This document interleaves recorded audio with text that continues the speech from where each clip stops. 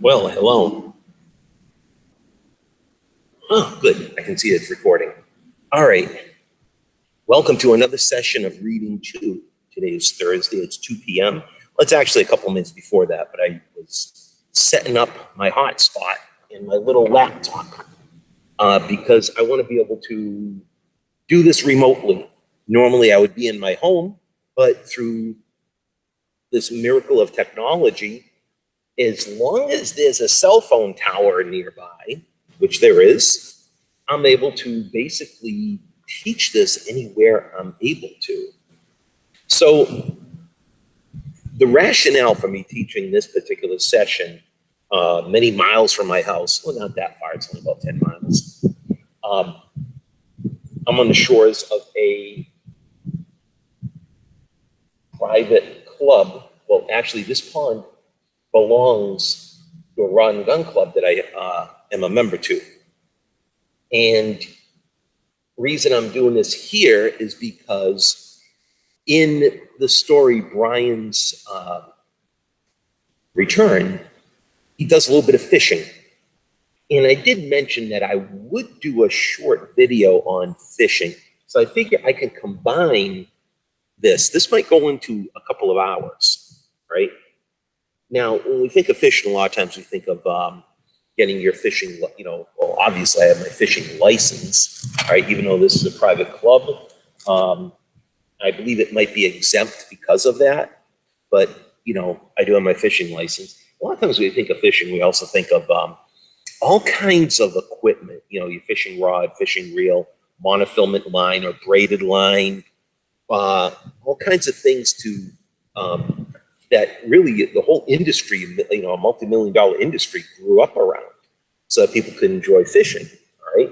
And it does increase the odds of catching fish to an extent, all right?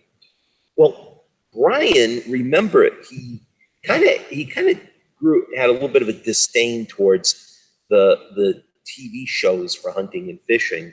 He felt that they were kind of like set up. They were on private ranches, or they had the latest electronic gear to pinpoint where the fish were. And so there was more emphasis on equipment than skill, okay? Right? He's starting to really, as a character, develop into something, more native-like, all right? He doesn't see too much need for many things in what we would call the modern world. In fact, he calls a lot of it to be a fake and distraction and just, unnecessary. Now, to possibly prove his point, okay, I decided to build a little fishing kit. Now, remember in this story that Brian just, well, we're going to go into detail when we read chapter 9, that he basically just has a simple fishing kit of some line, a few hooks of sinkers, and I think a couple lures. That's about it, okay? He doesn't have a fishing rod. He doesn't have a fishing reel. He doesn't have a tackle box with all kinds of lures in it. And, sometimes the best, those lures aren't designed to catch fish, but designed to catch fishermen and their money, okay? So what I have here is I have my little Altoids tin. Okay? You're probably saying, okay, what's in that? Well, no more Altoids, but I do have what you can call, I guess you could call it bank line. It's a braided nylon cord, right? And it's probably got a tensile strength of about maybe 100 pounds or so, okay? Right? I got about 12 feet of that, okay? I'm just gonna kind of undo it here. The long loop, okay? Now at the end of this, all right, it's kind of frayed. I'm just gonna make a loop, okay? This is, I believe it's called a sheep's shank, okay? A simple knot. Make a loop, just like this. And within the loop, you tie it in a single overhand square knot. When you pull it, you got a loop that's tight, and it's not gonna move, okay? I'm doing that for a reason. Now, I only took 3 hooks with me, okay? And they're already snelled. They already have a loop of monofilament line They already have a length of monofilament line, about maybe 7 inches long, 6, 7 inches. And then there's a loop on the end with the bowline knot, okay? Now, what I'm gonna do here, actually, oh, I only took 2. Oh, yeah, I got 3 hooks, okay? What I'm gonna do is I'm just gonna take one of the hooks. Now, you're probably wondering, why did I make this loop? I'm gonna put the loop through the other loop, okay? Like so. You can see this, just like this.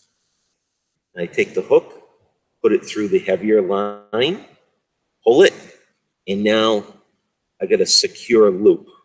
Okay? Now, I also have a lead fishing sinker. I'm just going to attach that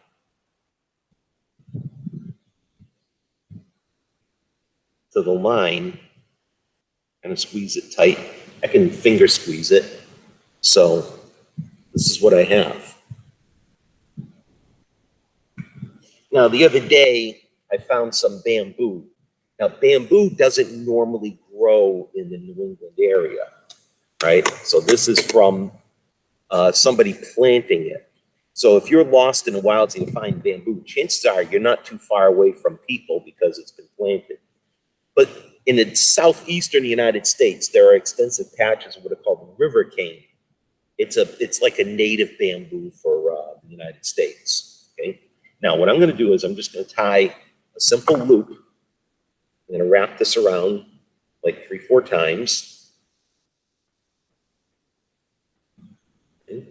We'll scrunch it up a little bit. And then underneath, I'm just going to make a couple simple overhand knots.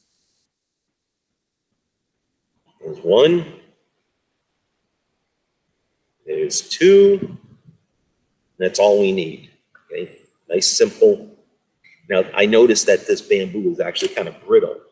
Okay, now, towards the end of this line, one of the pieces of bamboo that broke, I'm just going to split it. I split it, so it's almost like a, pair of, chopsticks that haven't been pulled apart. And probably about a couple feet up, I'm just going to slip it through, wrap it a couple times, and slip it through again. This is going to be kind of like a primitive, bobber or float. Now, just going to take my handy dandy oh,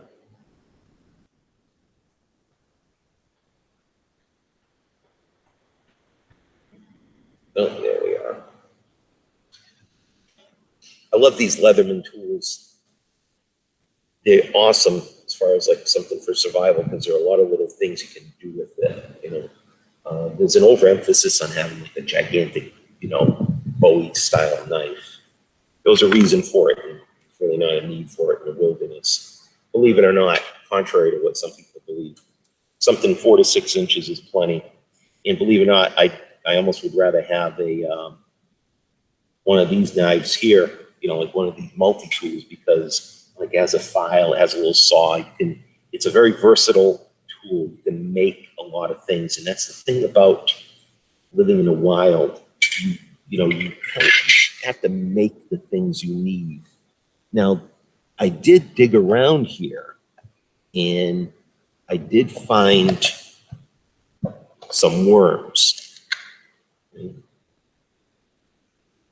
So I'm going to dig a worm out that I found off to the side. There's our worm.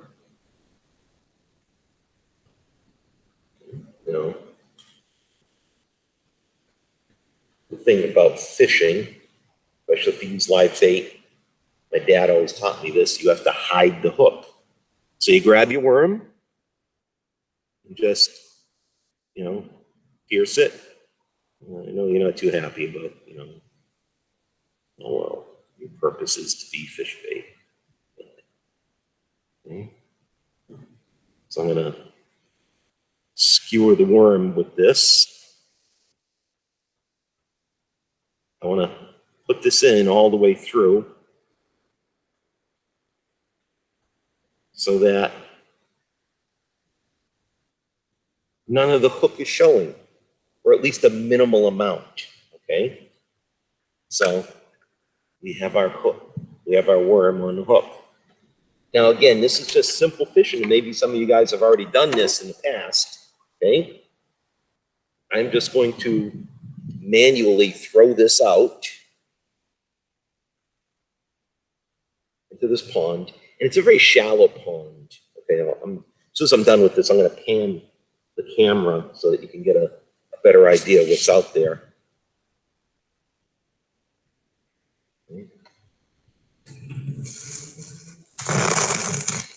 And I'm not too far from some houses, although it may not look to be the case.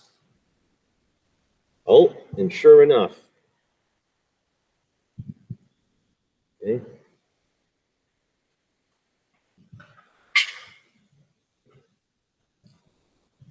Oh, you got away. I had a little perch on. Okay. Let's see if I'm going to repeat that. I wasn't sure if this was going to work or not.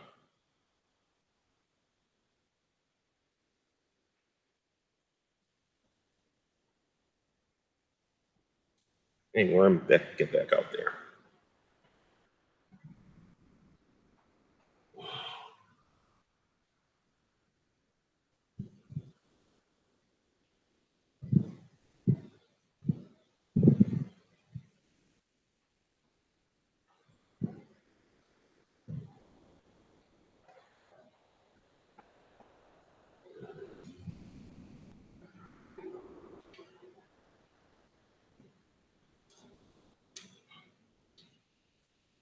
Okay. Well, you can see that. Oh, sure enough.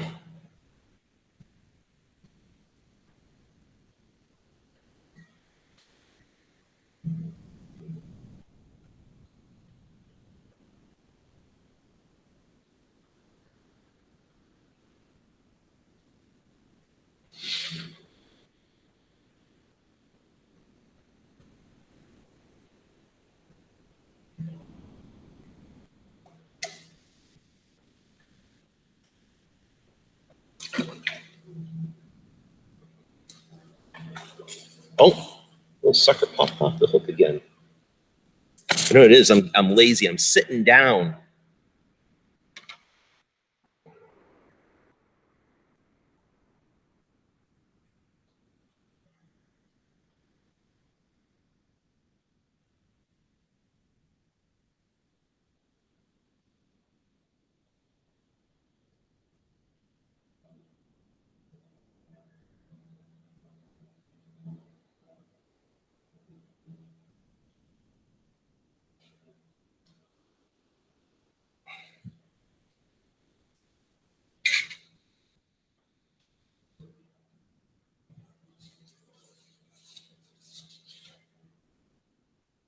Oh yeah, sure enough. Okay, I'm gonna get up.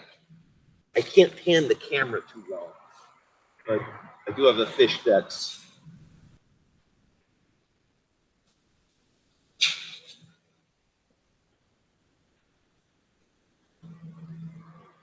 Oh, something's got it.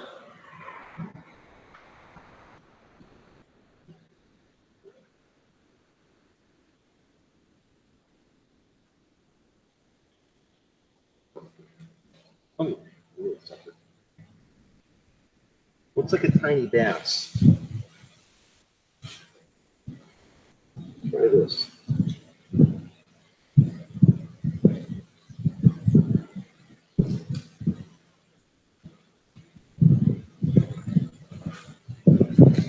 Let's try and take it easy here.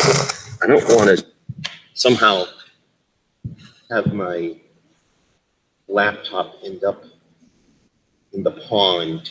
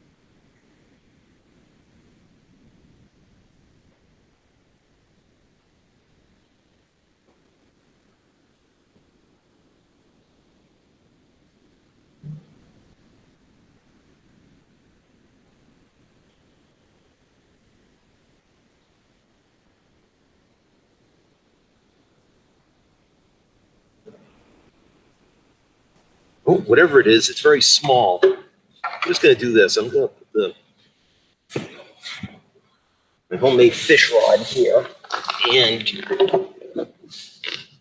deal with that later. Okay. Anyways, I did want to demonstrate that, yeah, you can catch fish with like some of the simplest of tools. You don't need a lot. And that's one of the points about Brian in his Gary Paulson in his writings. I just wanted to emphasize that, you know, some simple tools, you don't need a whole ton of stuff. Okay. So anyways, I'm gonna probably write on this a little bit, but mostly just for, I just want to go over the idioms. Okay. Now an idiom, you probably wonder, what is an idiom? An idiom is, it's a figure of speech. It's a common expression understood figuratively, as the literal definition makes no sense. And as you could tell,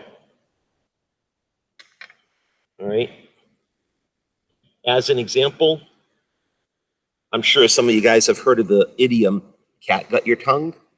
In other words, you're speechless. Doesn't make any sense, literally, but figuratively, most people realize that if you say cat got your tongue, it means that you're speechless, or more likely you're in a compromising situation and you don't know what to say. It's almost like you're in trouble and you're thinking about, okay, how can I get out of this situation? Sometimes you can't.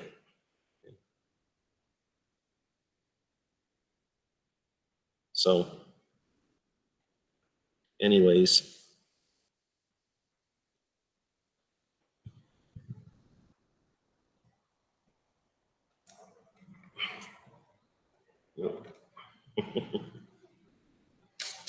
back to fishing. Okay. Anyways, the first question, I should say the first statement. When the politician was caught stealing from the taxpayers, everyone thought he would receive a severe punishment, but all he got was a slap on the wrist. Okay. It's in bold print, a slap on the wrist. Slap on the wrist means it's a light punishment. Okay. The consequence isn't very big. Number two, we thought that our neighbor, the Joneses family, were rich beyond their wildest dreams, but it turns out that we're all in the same boat. When you hear the term, we're all in the same boat, what does that mean? It means that we're all equal, we're all in the same situation. Number three, if Kim thinks that I'm going to let her copy my math homework, she's barking up the wrong tree. What is the meaning of barking up the wrong tree? It means that you're mistaken. It's a hunting term, coon hunting term. Sometimes raccoons would, you know, jump from one tree to another just to elude the dog. Okay, that's where the term barking from up the wrong tree came from. Okay, so anyways, back to that. Number 4, the Vikings thought they would easily beat the other team, but when it was tied with a minute left in the fourth quarter, they knew this game was really coming down to the wire. Down to the wire. What does that mean? Well, it means at the last minute.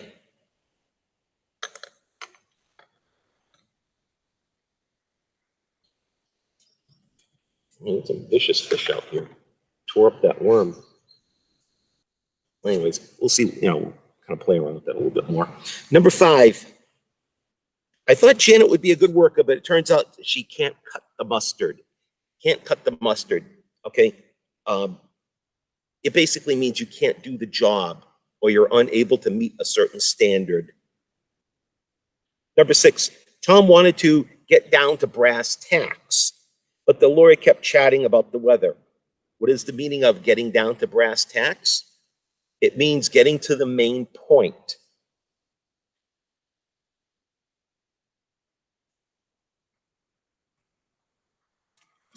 Oh,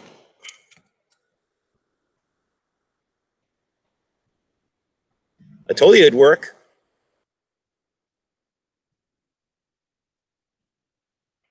Well, simple survival fishing kit. This little 6-inch yellow perch may not seem like much. Do you want to know something? That'll keep me alive. Okay?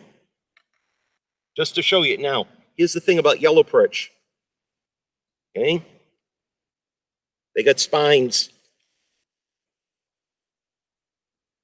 And also, I'm going to do it with my good hand. Okay? Come on.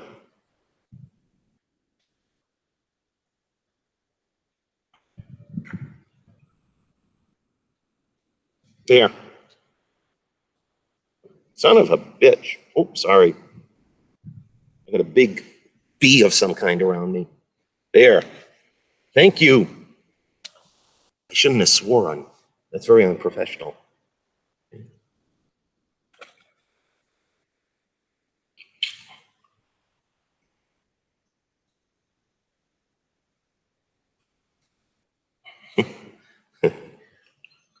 I know a lot of you guys are afraid of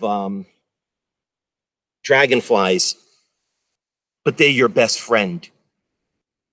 Now, there was a big, wasp of some kind buzzing right around my shoulder. One of these big dragonflies came by and chased it off. They didn't chase it off for the fun of it. The big dragonfly was there to eat it.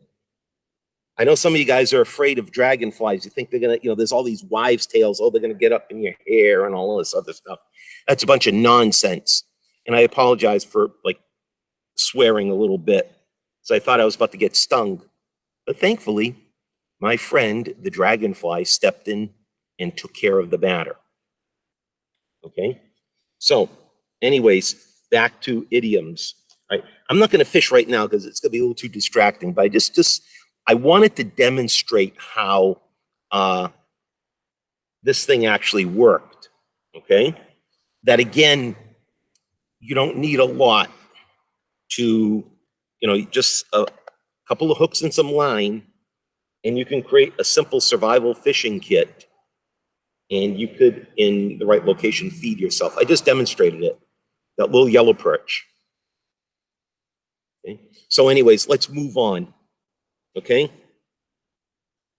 7, the lawyer knew that beating around the bush would get Tom all worked up. Beating around the bush means to keep on going around something.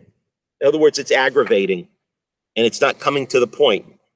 So if someone tells you you're just beating around the bush, it means that you're not getting directly to the main point of the matter. Number 8. After playing for 3 straight quarters, the quarterback was running out of steam. Running out of steam. What does that mean? You're getting very tired. Okay? You're losing energy.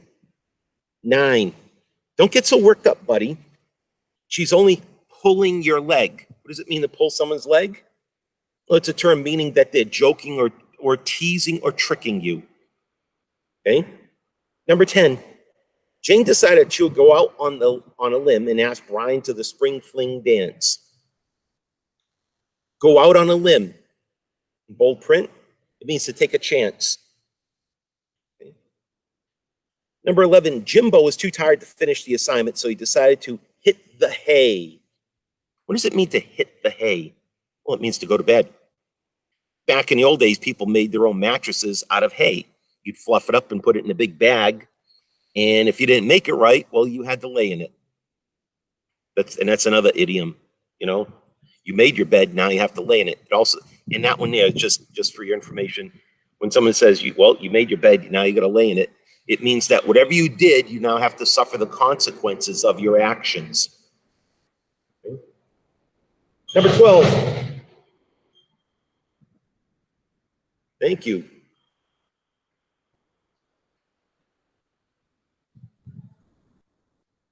That big fly is interested in me. I think it's a flesh fly. And my buddy's trying to keep it away. The dragonflies. Again, don't be afraid of dragonflies. They're eating things that want to bite you. Okay.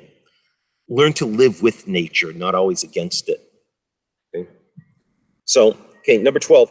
Alan was excited that he found he would have his own front row parking spot at the university, but that was just the icing on the cake. Okay.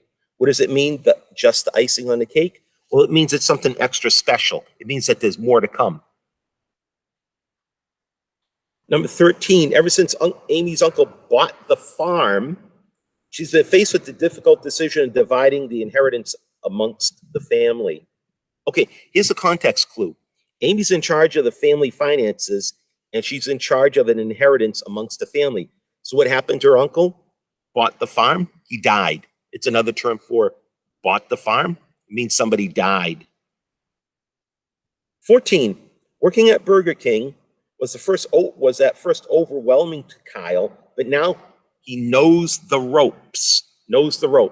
Well, that's an old sailor term, knowing that you know how to manipulate ropes. So know the ropes means you know the job. 15, Julie thought her mom would let her go to the party, but no dice. What does no dice mean? It means it's another way of saying no, it's not going to happen.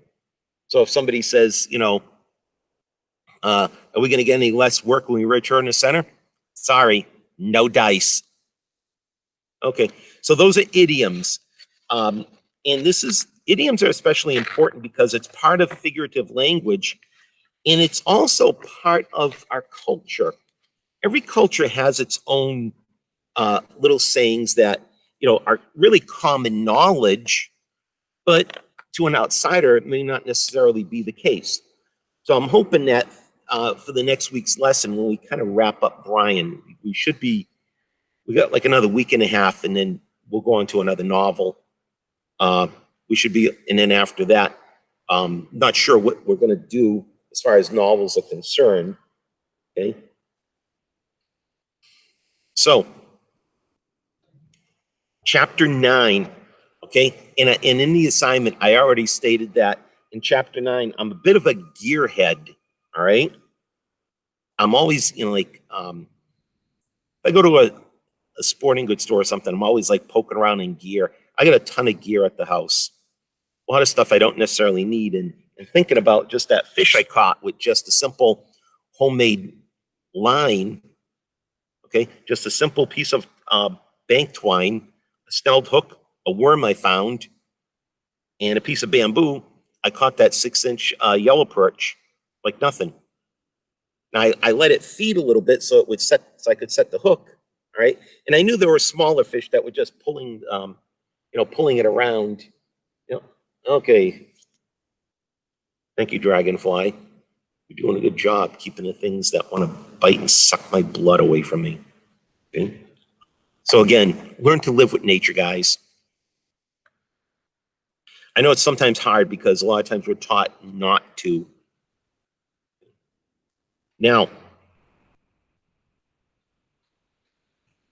Chapter 9. We know that now, okay, he's on his way, okay?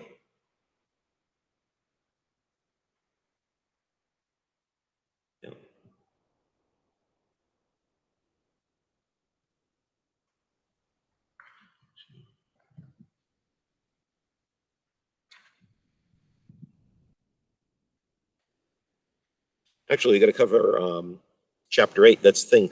See, tomorrow I'm going to cover chapter 9, but chapter 8. Okay, sorry about that. I lost track of time for some reason. You know what it is? I keep thinking it's a Friday for some reason. I'm going to do a recording tomorrow. Okay, so that way you can just kind of tap into it. So let's go to chapter 8. Okay. Brian flew to Minneapolis and changed to a shuttle flight to International Falls. He got in at 3 in the afternoon and found his canoe and paddles waiting at the airport. He called the bush pilot who answered on the first ring and told him to get his gear down to the dock by a store in Rainier, a little town on Rainy Lake near International Falls. Right? Brian took a cab to the dock with all his gear. The driver had a rope to tie the canoe to the rack on the top of the car, and he said that he did it all the time with what all the people come into the Boundary Waters canoe area. He waited on the end of the dock, and in an hour, a bush plane with twin floats circled once, landed, and idled up to the dock. Okay. Well, okay, let's talk about this. All right. Where he's going, it's very popular for outdoors people. There's a lot of canoeing, camping, fishing, backcountry hiking. There's also some hunting as well within season. And it's a huge area. It's probably like the size of Massachusetts, and it's all semi-wilderness. It's the Boundary Waters canoe area. It's a gigantic area. I should say Massachusetts. Yeah, actually it is. It's about as long as Massachusetts. So it's like 100-something miles long and 30, 40 miles wide. So it's a big area. All right. And a lot of people go there. So you can tell that when Brian got out of the, at this little airport, in International Falls, that the cab driver was quite familiar with loading a canoe up on a vehicle, because a lot of other people do it as well. Okay. Hi, Brian. The pilot jumped out and tied the plane to the dock. Good to see you again. Just put your gear in the back seat and we'll tie your canoe on the float. Won't take a minute. In 5 minutes, they were taxiing away from the dock. The pilot throttled back and moved down the lake a quarter mile to a small building beside another dock. My shack, the pilot pointed with his chin. I could have had you take the cab there, but the cabbies don't like the road. It's 2 miles through the woods and mostly mud. You got food? Brian had been looking at the building. Pardon? Do you have food with you? Thing is, the 2 fishermen are coming in early in the morning. I thought you'd stay here in the shack for the night while I go home, but there's no food here. I've got my Jeep there and we can run and get you something if you need it. I ate on the plane, Brian said. And I have some stuff in the packs. I'll be fine. Good enough. He pulled the plane delicately to the dock. I keep thinking something's biting my neck here. Oh, I know what it is. It's my turkey tail. Little hat decoration. Okay. We'll be back early in the morning. I plan on leaving here at daylight 30, about 4:30. See you. And he was gone. Okay, daylight 30. In other words, he was going to be there at the crack of dawn. All right, he's going to be there bright and early. Okay. So, anyways,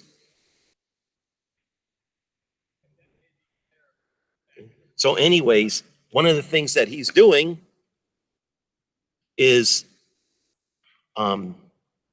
people in the outdoors have a tendency to get up early to do what they have to do.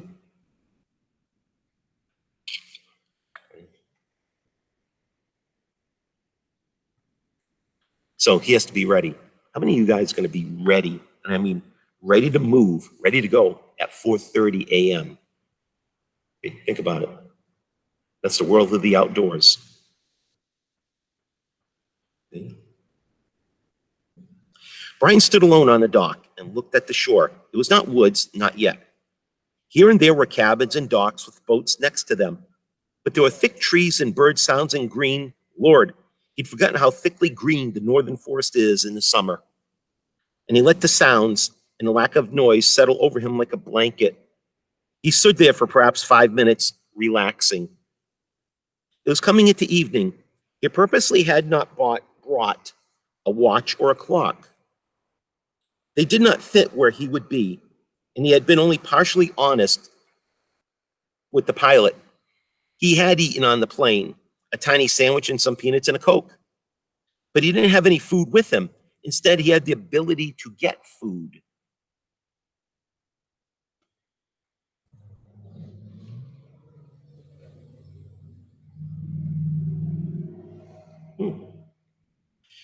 He took his pack with the sleeping bag out of the plane and moved it up into the small building.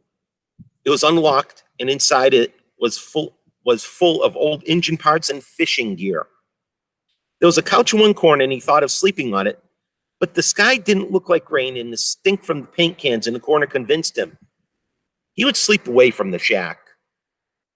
I don't blame him. You know, a lot of those shacks, you know, they're dirty. This guy probably cleans it once a year. Trust me, I've been in shacks like that. Believe it or not, I'm a little bit of a clean freak. And when I go into such places, one of the things I like to do is I like to make sure they're nice and clean. I'm not going to lay on some dirty couch or some dirty floor or whatever. It's just me. I'd rather lay on the ground. At least I know it's there.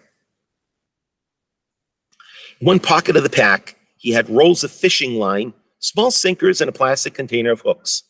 He had seen many small panfish, bluegills, and sunfish by the dock where he stepped off the plane float, and he rigged the line with a hook and sinker. Then he went into the trees, turned over a rotting log, and grabbed half a dozen earthworms. The fish seemed starved, and in 10 minutes he'd caught 5 of them. Well, you see what I was doing here. It didn't take long for me to catch, you know, I was getting bites, but, you know, didn't quite set the hook. I think the hook was a little bit too big and they were really tiny. And that was the first decent sized fish. If I caught like 5 or 10 of those, I would have one heck of a meal. He pulled the line, rolled it on. Oh.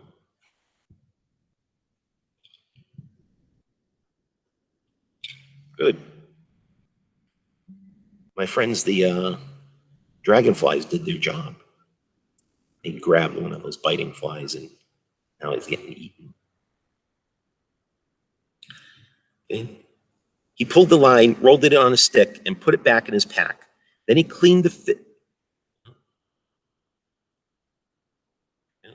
Then he went into the trees, turned over a rotting log, and grabbed a half a dozen earthworms. The fish seemed starved, and in 10 minutes he caught 5 of them. He pulled the line, rolled it on a stick, and put it back in his pack. Then he cleaned the fish, leaving the heads on, scaled them with the back of his knife, and threw them in his smaller pot. The shore was covered with driftwood. In the moments he had a small cooking fire going near the water's edge on a small strip of sand beach.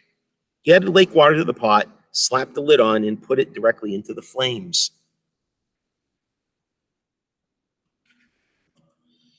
The evening crop of mosquitoes found him, but he threw some green grass and leaves on the fire.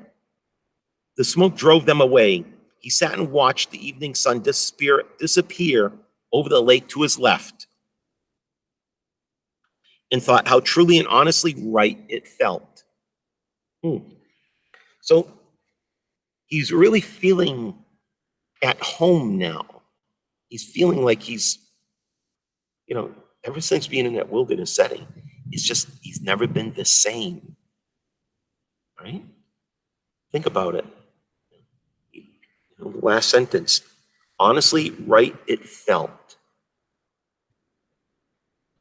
Once, when he didn't think he could stand being at home any longer, in the middle of the night, he had taken the blanket off his bed and gone into the backyard and lain on the ground. It was almost more than he could bear to be in the room without an open window. He had to feel the air in his skin, to feel a part of the outside. That night he had lain trying to see up to the sky, to the stars. There was just too much city light to see much, but he tried, just as he tried to pretend the air in the yard was the same as the air in the woods. Now he spread his bag on the grass on the bank and lay on it. It was not dark yet, but close. And he could make out an evening star, and he thought of how people wished on them. He had never done it, but now he wished he could see it again the next night and the next and the next, and always be able to see it. He smelled his fish soup. It was nearly done, and he added a couple of pinches of salt from a plastic bag he had brought and set the pot off the fire to cool a little. After 10 minutes, he took the lid off and used the tip of his knife and a spoon to peel the skin away. Then he ate the tender pink meat along the backbones. He ate quickly, carefully avoiding the bones, and then drank the broth. He cleaned his pan in the lake and decided to put up his tent to avoid the night bugs.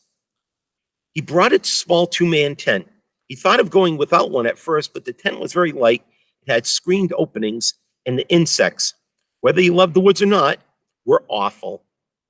It took him 5 minutes to set it up and put his bag inside, but instead of going to bed at once, he put more driftwood on the fire and sat for a while in the dark.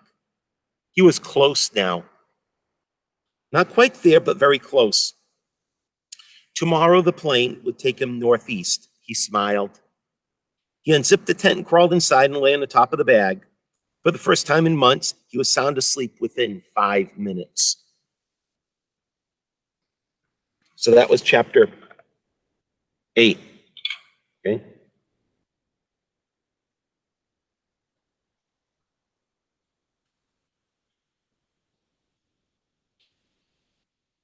So Brian is on his really first decent, he's in the wilds now.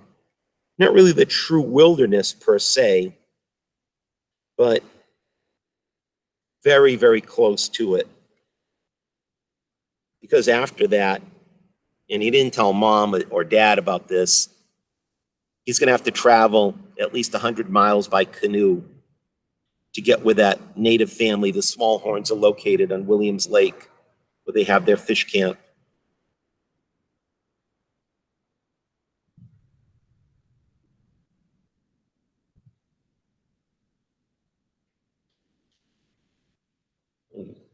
Big, ugly fly. Okay.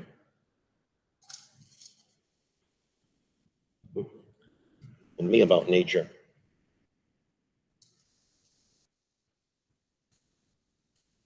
Okay. Anyways, getting back to that. Well, it's starting to cloud up. They're saying it's going to rain tomorrow. I can kind of feel it's starting to get a little bit more humid. I'm not sure if I'll be able to sleep with the windows open or not. Okay. So anyways, it's interesting how he notes this is the first time he's been able to sleep at night. Okay. He fell asleep within 5 minutes. All right. Let's go over chapter 8. And chapter 8 is kind of short. Okay.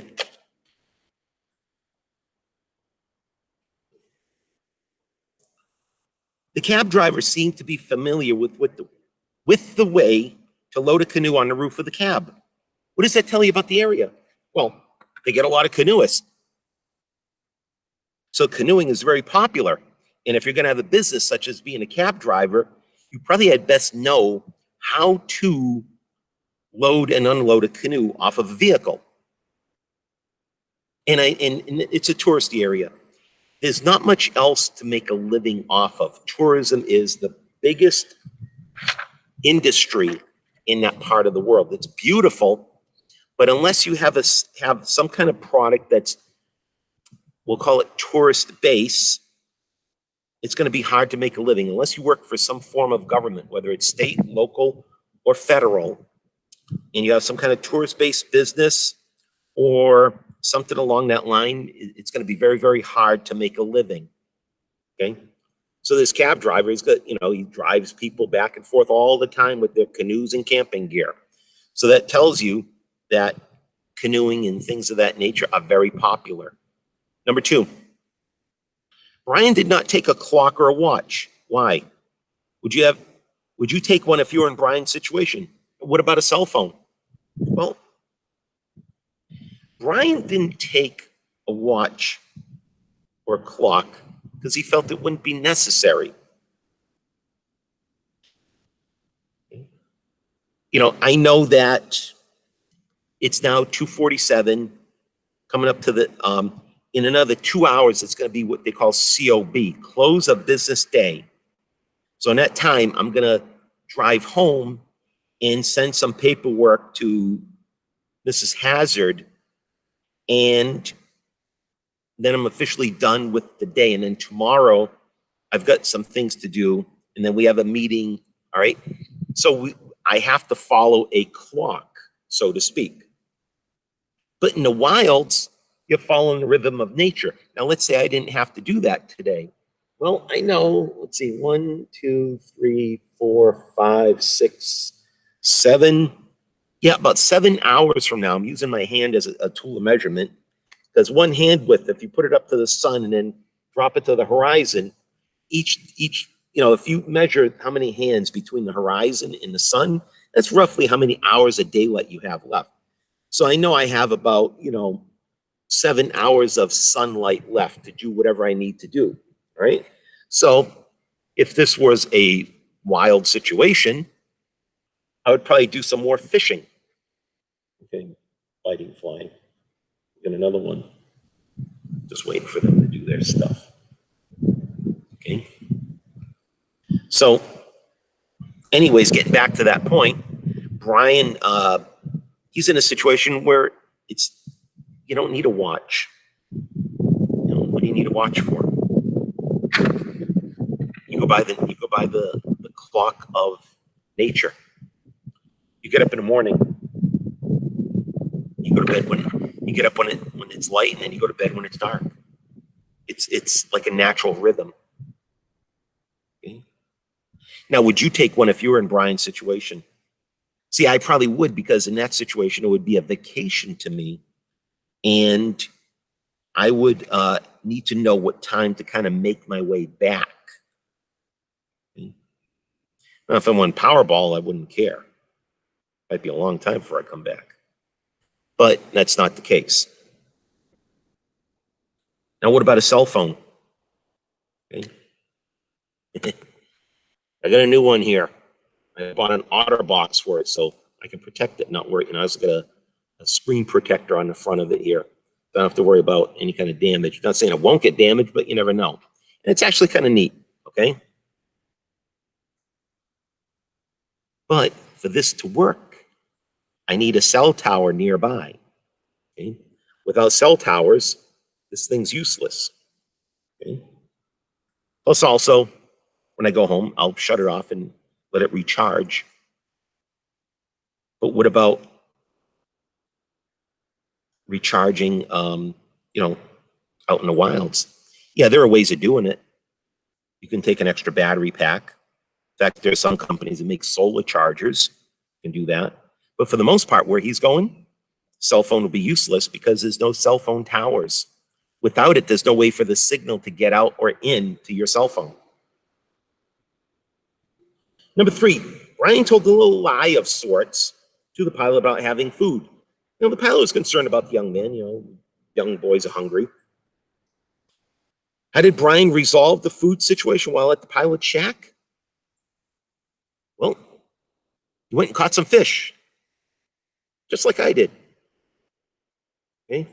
He took out a simple line, hook, found some earthworms, tossed it out there and caught a few panfish, and made a simple fish stew. I shouldn't say a stew, kind of like a soup.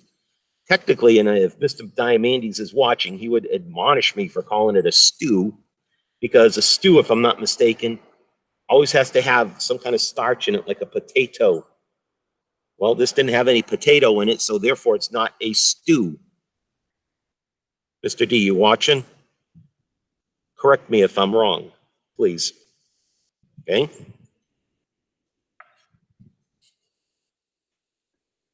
So, I got my fish rod here. So he went and caught some fish and made boiled them up, ate the meat, and then drank the broth. So you had a nourishing, you could say a fish soup. Very paleo friendly. No starches, nothing else in it. Just fish, salt, and water. That's all you need to think about it. Okay. Number 4, once when he didn't think he could stand being at home any longer, in the middle of the night, he had taken the blanket off his bed. Why do you think Brian acted that way? What might have been wrong with him? Well, don't forget, for a very, very long time, he slept out in the wilds and his body became adapted to the extremes of temperature. As an example, American servicemen who came back from Korea, the ones that fought at Chosin Reservoir, where temperatures near the border of China went down to like 40, 50 below zero, a lot of cold weather injuries. A lot of survivors afterwards, their bodies became so adapted to the cold that, you know, they could sleep with an open window in the wintertime with just a bed sheet on. A friend of mine knew somebody like that and he used to drive that guy's wife crazy. But it was something that, you know, they had to work out because his body adapted to that cold. Okay. So that what might have been wrong with him. Back home, his bed wasn't comfortable in his mind like the wilderness bed that he slept in for such a long time. Okay. Number 5, Ryan set up a 2-man tent he brought for the trip. Why did he bring that piece of equipment? Is he getting soft? Okay. He even said why he brought it. Because of the insects, right? Right now, I'm not really being bothered by insects. I got tons of these dragonflies flying all around me, and I welcome them because they're hunting and killing biting flies like deer flies, horse flies, that big ugly thing that I swore at earlier. And again, I apologize for that. It's not very professional of me, but I'm human. Sometimes I do get like, you know, surprised, all right? He brought it for the insects. And is he getting soft? I wouldn't say so. I don't think he's getting soft. How long did it take him to fall asleep? That's number 6. 5 minutes. Because remember, in the earlier chapters, he always had trouble sleeping. You know, in fact, that's one night he went out in the backyard and slept on the ground because he just couldn't, like, adapt to his old bed and his old room. Generally speaking, most people do after a couple of 2-3 weeks, but Brian just couldn't. For some reason, he was completely changed.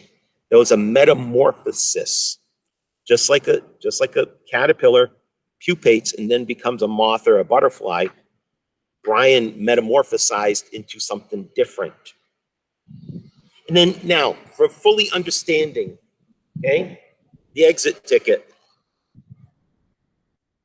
How long, tomorrow he's going to meet 2 other men who are going into the North Woods on a fishing trip. How do you think he will react to Brian? How do you think they will react to Brian and his plans? And I wanted to add too, how do you think Brian is going to react to them? Well, all right. Well, that's in chapter 9. But we know that Brian, when he got back, he got some hunting and fishing magazines, and he also watched some of the hunting and fishing shows. I've watched them, and to be honest, some of them are not realistic. They go in private areas where almost anybody can catch something. You know, it's a business. You're paying for that. Okay. You know, you're paying $4,000 to shoot that trophy deer. You're paying $300 a day to catch that trophy fish. I'm not making it up. Look it up yourself. Okay. And Brian kind of like looked down upon that as being a game and not the real deal. And I know a lot of people that are in that same category. So I'm wondering if Brian is going to view those fishermen in the same way, that these are some guys with just going up, maybe drink beer and a bottle of whiskey, and then they're going to go out and, just have a good time. They're probably going to have all kinds of fishing equipment and, the latest and greatest that money can buy.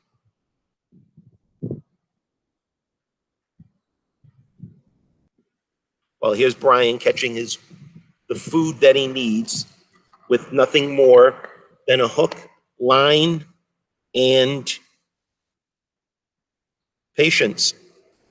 Okay? And he's not after any kind of trophy fish.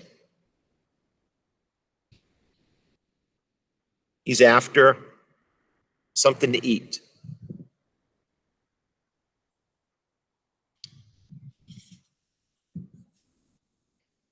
Speaking of,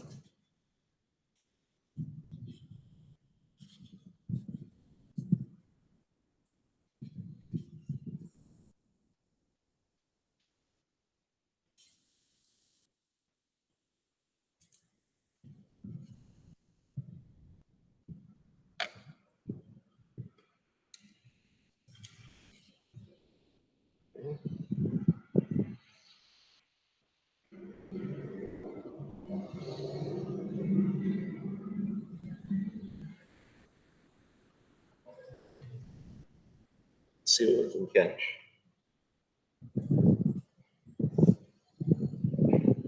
So now, chapter 9, I'm going to read tomorrow. Supposed to have AM showers. I might actually do it late in the afternoon. I might do other things at night.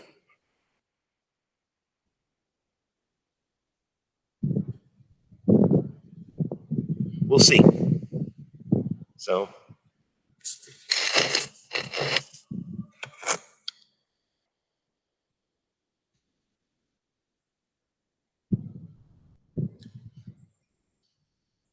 see what we can catch.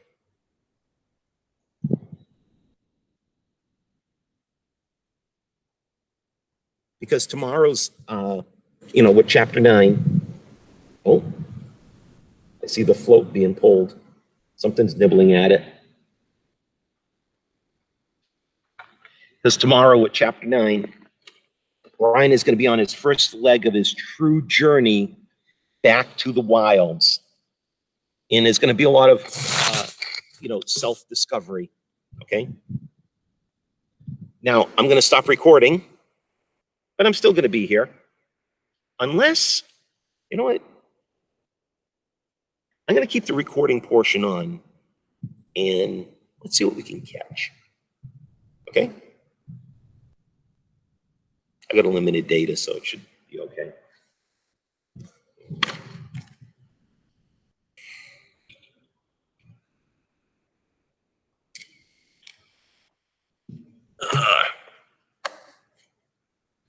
Just for your information, tomorrow will be the last day I work home.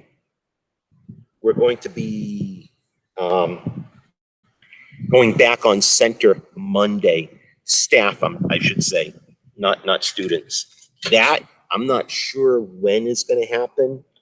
I don't, I'd like it to be kind of soon. Okay. Something, wow. Took all my bait. Got a little bit of worm left.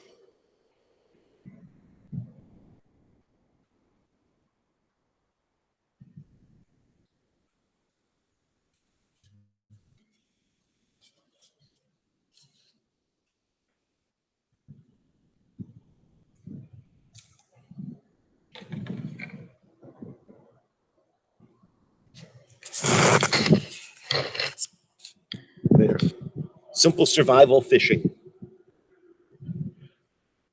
Granted, I'm not far from anything. You can hear vehicles in the background.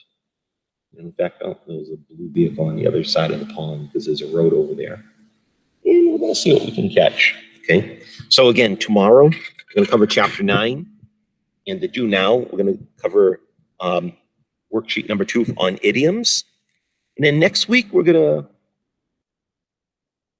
continue on with Brian's return and other activities that I hope are going to help you out.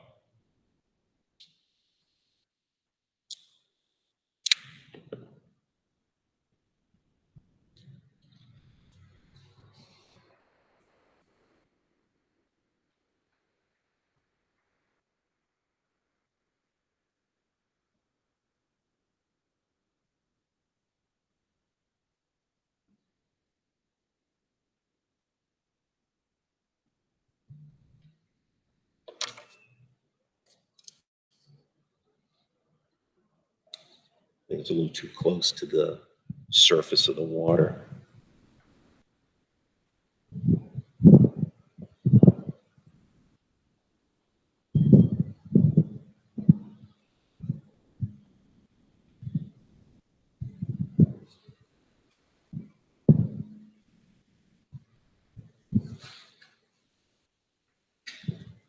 Piece of worm going to fall to the bottom. It's not going to last long.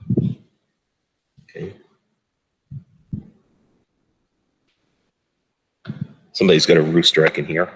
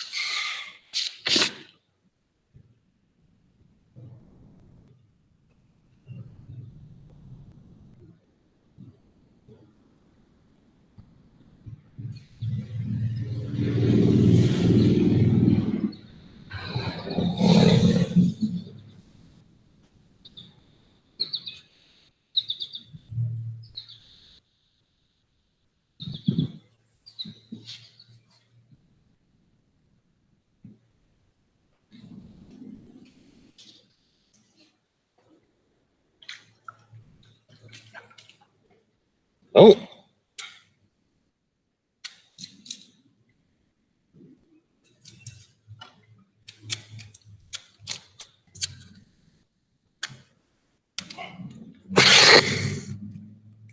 What do we got here?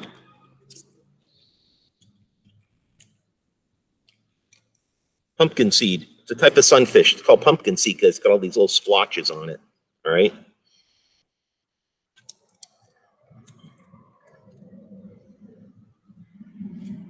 Oh. And they're also thorny. So let him stop flopping around. I'll take my handy dandy Leatherman tool. And we'll take the hook out.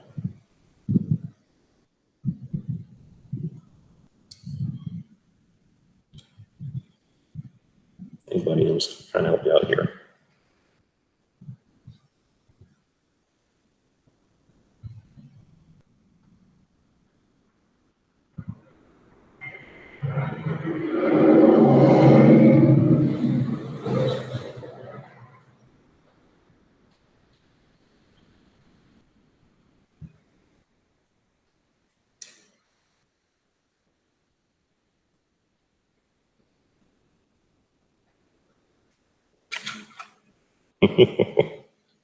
Okay.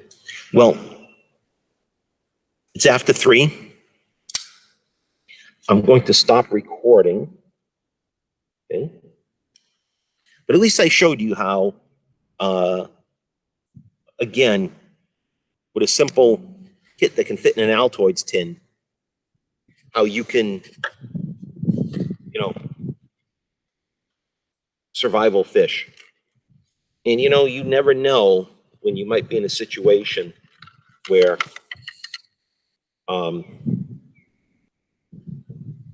that's an alternative. Okay.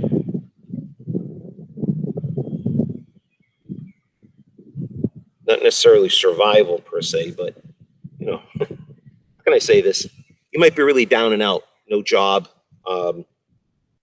Times are really tough. But in many places, you can just, do some simple fishing to add some food to the table. It's done all around the world all the time.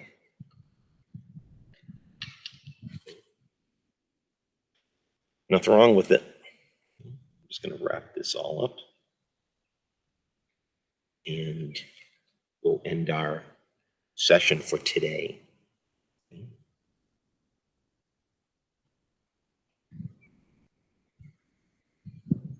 Now, tomorrow, they said tomorrow, I'm going to see what I can do for something really special. No guarantees. I got to look at the weather, all right? Because I don't want to drive to a remote location and get drenched and then ruin my laptop, okay? So, and okay, look out there. Oh, see that? See that thing sticking out of the water? That's a snapping turtle.